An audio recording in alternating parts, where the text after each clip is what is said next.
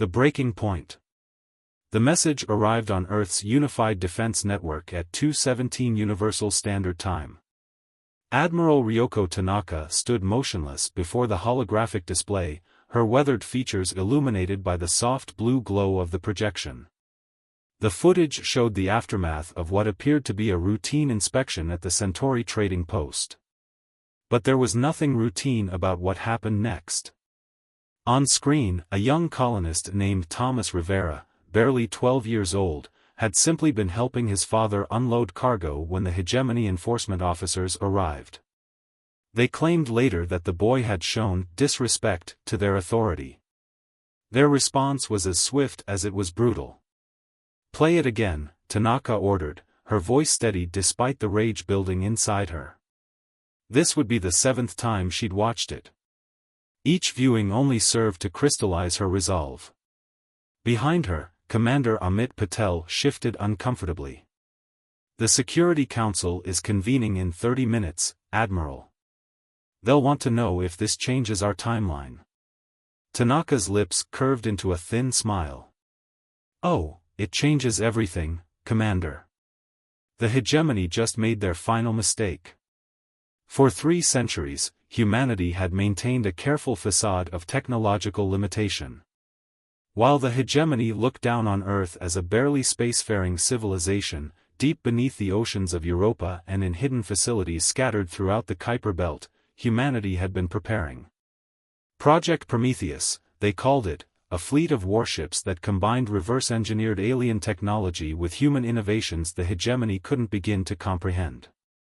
In her private quarters, Director Nikolai Volkov of Earth's Intelligence Division reviewed the latest reports from their deep-cover agents. The hegemony's arrogance had made infiltration almost too easy. They never suspected that their primitive, human servants could be part of the most sophisticated intelligence network ever created. "Our assets are in position throughout their key facilities," his AI assistant, Nova, reported. "The quantum communication network remains undetected. We can initiate Protocol 0 at any time." Volkov nodded, his artificial eye scanning through layers of encrypted data. "The hegemony believes they're teaching us humility. Instead, they've given us the perfect catalyst. Begin operational countdown." Across the solar system, hidden shipyards rumbled to life. In the storms of Jupiter, vast construction facilities emerged from their perpetual camouflage. Beneath the ice of Europa, quantum computers processed battle scenarios that had been refined over centuries. Dr. Rajesh Kumar, lead scientist of Project Prometheus, stood in the control center of Ganymede Base, watching as the first wave of ships powered up their systems. Each vessel represented decades of careful development, their true capabilities hidden beneath layers of deliberate misconception. "They killed a child to prove their superiority," he muttered, reviewing the final diagnostic reports. "Now they'll learn what real power looks like." The hegemony had ruled the galaxy for millennia through fear and technological supremacy. They had never faced an enemy that had spent centuries preparing specifically to defeat them. They had never encountered a species that had turned deception into an art form, patience into a weapon.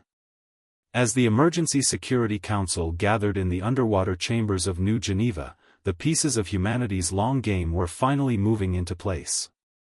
Fleet Admiral Tanaka took her position at the center of the assembly, the faces of Earth's unified leadership reflecting the gravity of the moment. "For 300 years, we have played the part they expected of us," she addressed the council. "We have endured their condescension, their restrictions, their casual cruelty. They believed our compliance was born of weakness. Today, they learn it was born of purpose." The vote was unanimous. Across the solar system, sealed orders were opened. The facade of primitive humanity began to crack, revealing something the hegemony had never imagined possible, an enemy that had spent generations preparing for this exact moment. As the first ships of Project Prometheus emerged from their hidden docks, Admiral Tanaka transmitted a simple message to all commands: Operation Lighthouse is now active. Show them what humanity has become. The hegemony was about to learn that they hadn't been observing a developing civilization. They had been watching a sword being forged, and they had just given it the perfect reason to strike. The Hidden Vanguard. Deep within the crystalline caverns of Europa, Dr. Rajesh Kumar walked through rows of quantum processors that held humanity's greatest military secrets. Each server bank contained battle strategies refined through millions of simulations, analyzing every known aspect of hegemony warfare. But it was the project in the central chamber that truly demonstrated humanity's advancement. Project Zeus is ready for deployment, his assistant Dr. Olivia Santos announced, her hands moving through holographic displays with practiced precision. The quantum entanglement network has achieved full coverage of hegemony space. Before them, a three-dimensional map showed thousands of tiny points of light, quantum beacons that had been carefully placed throughout enemy territory over centuries. The hegemony had dismissed them as primitive navigation aids, never suspecting they were part of a vast combat system waiting to be activated. In orbit around Mars, Fleet Admiral Tanaka supervised the final emergence of humanity's true military might. The ships rising from their hidden berths bore little resemblance to the crude vessels the hegemony was familiar with. These were the products of 3 centuries of focused development, combining stolen alien technology with human innovations that would reshape the understanding of physics itself. "Status report on the Helios array," she commanded, watching as another dreadnought broke through its camouflage field. Commander Patel consulted his neural interface. "All 150 nodes are synchronized, Admiral. The quantum web will be ready for full deployment within 6 hours." The Helios array was humanity's masterstroke, a weapon system that didn't just bypass hegemony shields, it used their own defensive energy against them. Each ship carried a piece of the array, designed to work in concert to create effects the enemy had never dreamed possible. Meanwhile, in the hegemony's central administrative world of Nexus Prime, Intelligence Director Volkov's careful planning was bearing fruit. His deep-cover agents, positioned over decades throughout the enemy's hierarchy, began executing Protocol Zero. The beauty of their arrogance, Volkov mused to Nova, watching real-time reports flow in, is that they never questioned why so many of their servant races resembled humans. They simply assumed convergent evolution. Those agents, genetically modified humans designed to pass as members of various alien species, had spent years working their way into critical positions. Now, they were systematically sabotaging the hegemony's command and control infrastructure, planting quantum viruses that would lie dormant until the perfect moment. Dr. Kumar's team had developed another surprise for the hegemony. In a secure facility beneath Ganymede's ice, he reviewed the final tests of the Prometheus shields, defensive systems that operated on principles the enemy had never discovered. "They believe their weapons represent the peak of possible technology," he explained to the gathered military observers. They never considered that there might be entirely different paths of scientific development. The shields didn't just stop incoming fire, they phase-shifted it into alternate dimensions, making even the hegemony's most powerful weapons irrelevant. It was the product of humanity choosing to explore theoretical physics the aliens had dismissed as impossible. As the hour of revelation approached, Admiral Tanaka called a final meeting with her fleet commanders. The holographic conference showed faces that had spent their entire lives preparing for this moment. "The hegemony believes they understand warfare," she addressed them. "They think it's about superior technology, about overwhelming force. We're about to show them that true military superiority comes from patience, preparation, and understanding your enemy completely." Throughout the solar system, humanity's hidden strength was taking final form. Shipyards that had been concealed in gas giant storms revealed vessels that would redefine space combat. Quantum computers that had been mimicking primitive systems showed their true processing power. Weapons that defied the hegemony's understanding of physics powered up for the first time. Director Volkov received confirmation that the last pieces were in place. His agents had compromised every major military and administrative center in the hegemony's core worlds. Their arrogance had made it almost too easy, they never suspected that the humans serving them could be anything more than simple laborers. "Begin Phase 2, he ordered through the quantum network. "Let's show them what 3 centuries of preparation looks like." As humanity's real fleet assembled, Admiral Tanaka prepared the message that would announce their awakening to the galaxy. The hegemony had killed a child to demonstrate their power over humanity. In response, humanity would show them what real power looked like, not the brutal display of force they preferred, but the calculated, patient strength of a species that had turned deception into an art form. The stage was set. Humanity's hidden vanguard was ready to strike. And the hegemony was about to learn that they hadn't been dealing with a primitive species struggling to reach the stars, they had been watching a master strategist preparing to change the galaxy forever. Operation Nightfall. The hegemony's first fleet patrolled the borders of their space with practiced arrogance. Admiral Caxthor of the dreadnought Eternal Dominion watched his sensor displays with disinterest. The primitive human vessels never ventured this far from their home system, they knew better. That was when every sensor array in the fleet simultaneously went dark. When the systems came back online 3 seconds later, they showed something impossible. 500 warships of unknown configuration had appeared within the fleet's defensive perimeter. Before Caxthor could process this violation of known physics, his tactical officer reported that half of their automated defense platforms had gone silent. Director Volkov's agents had done their work well. Throughout the hegemony fleet, carefully planted quantum viruses activated, turning their own defensive systems against them. Communication channels filled with contradictory orders as command and control networks collapsed. "All ships, execute pattern Sunfall," Admiral Tanaka commanded from the bridge of the Hyperion. The human fleet moved with perfect synchronization, each vessel sliding into positions that had been rehearsed countless times in simulation. The hegemony ships responded with their standard combat doctrine, a mistake humanity had counted on. Their formation, unchanged for millennia due to their technological superiority, now played directly into human hands. Dr. Kumar watched from his command center as the Helios array activated for the first time in actual combat. The quantum web formed between the human ships, creating a lattice of energy that the hegemony sensors couldn't properly process. "Energy pattern established," Dr. Santos reported, her hands dancing across holographic controls. "Quantum resonance at optimal levels. The array is ready." When the hegemony ships fired their main weapons, they experienced something unprecedented in their military history: complete failure. The quantum web didn't just absorb their energy weapons, it redirected them, turning their own firepower against them with devastating precision. Commander Patel coordinated the deployment of the Prometheus squadrons, smaller ships that had been specifically designed to exploit weaknesses in hegemony ship architecture that centuries of observation had revealed. "They're responding exactly as predicted," he reported to Admiral Tanaka. "Their shield configurations haven't changed in 300 years. The Prometheus ships moved through the hegemony formation like ghosts, their phase-shifted weapons bypassing the supposedly impenetrable alien shields. Each strike targeted specific systems, disabled with surgical precision rather than destroyed. This wasn't about annihilation, but about demonstrating complete superiority.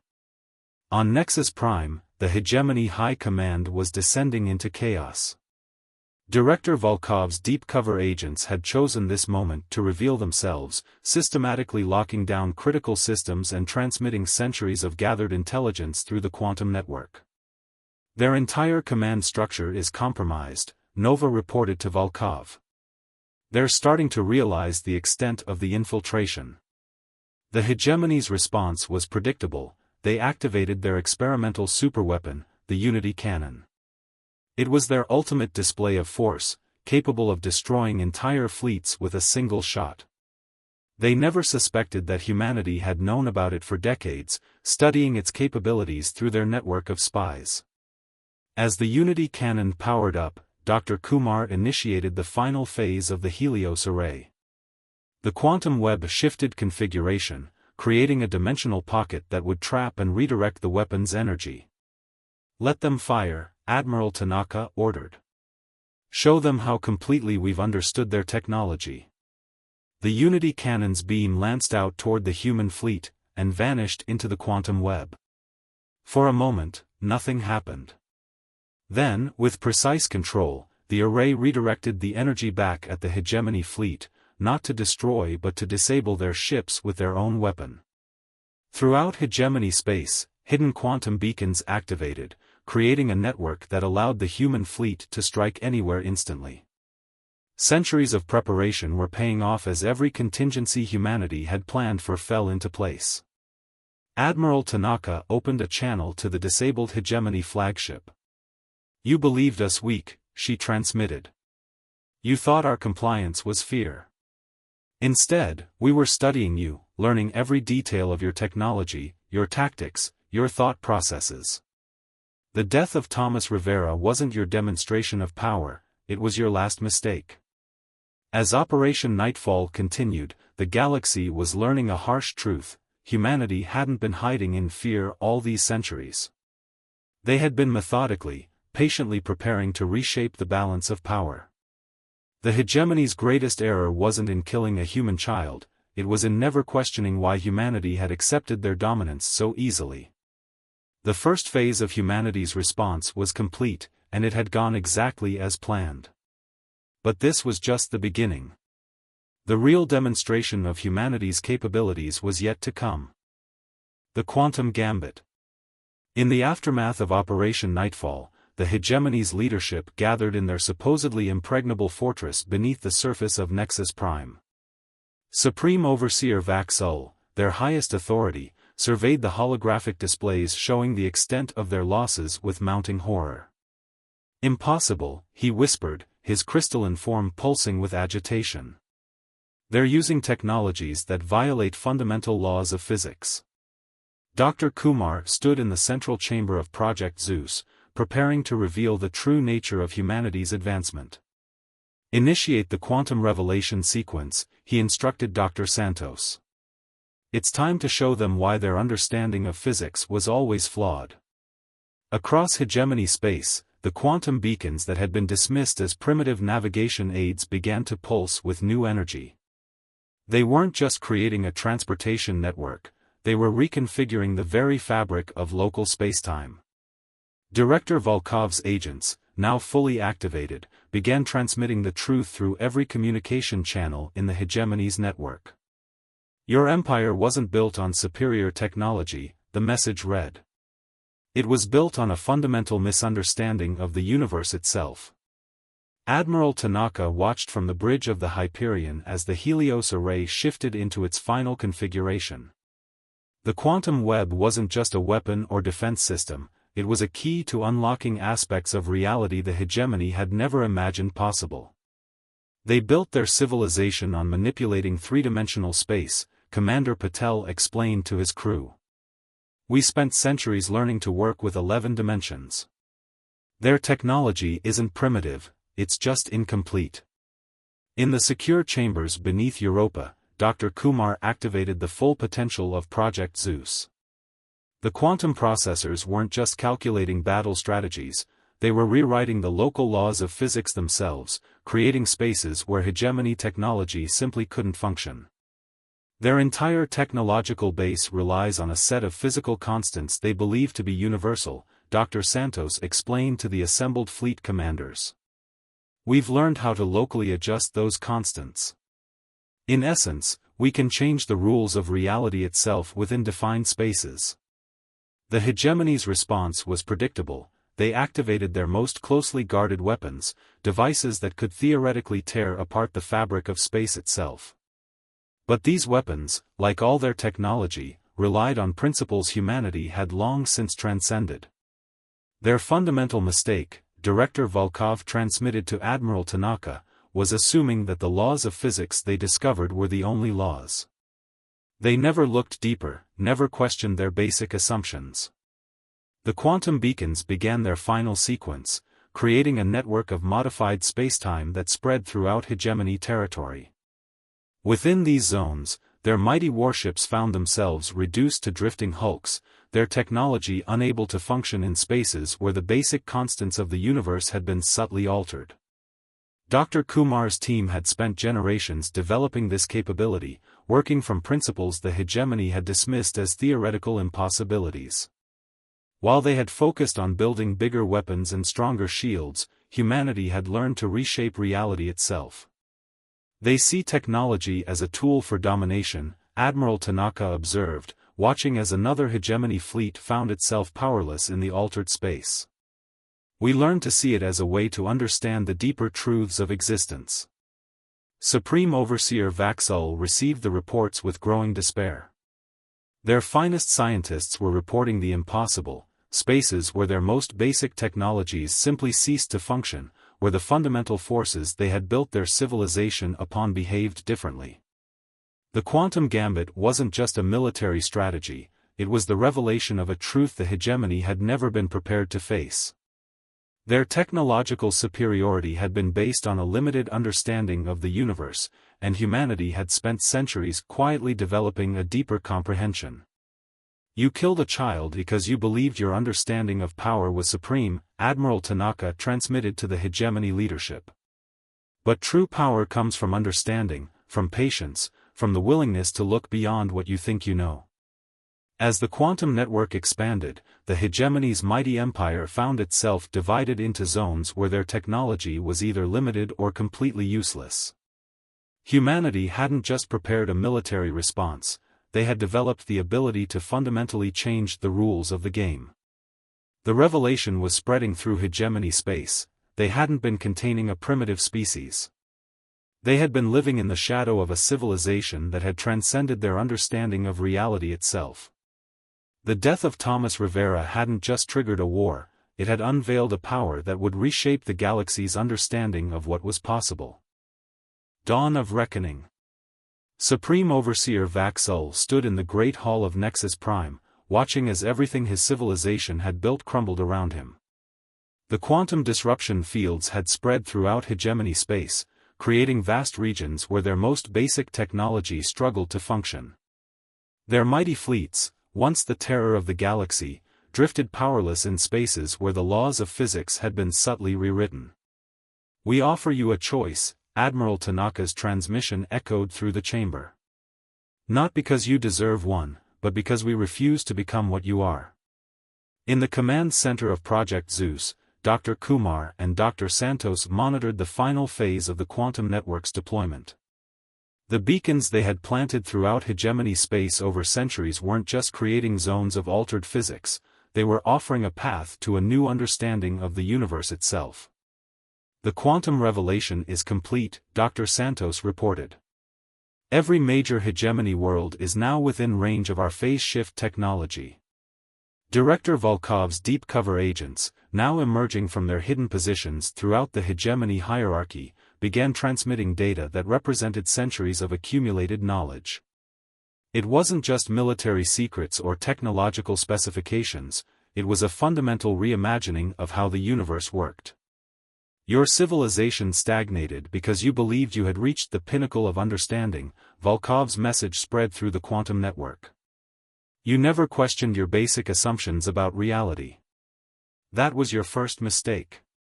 Commander Patel coordinated the final movements of the human fleet. The ships took up positions around key hegemony worlds, not as conquerors but as guardians of a transition that would reshape galactic civilization. The Helios Array, now fully activated, created a web of controlled spacetime that could either isolate or connect worlds at will. We spent centuries appearing weak, Admiral Tanaka addressed the gathered representatives of the hegemony worlds, not because we feared you, but because we were learning. Every insult you offered taught us patience. Every restriction you imposed sparked innovation. Every act of cruelty strengthened our resolve. In the secure chambers beneath Europa, Dr. Kumar initiated the final phase of Project Zeus.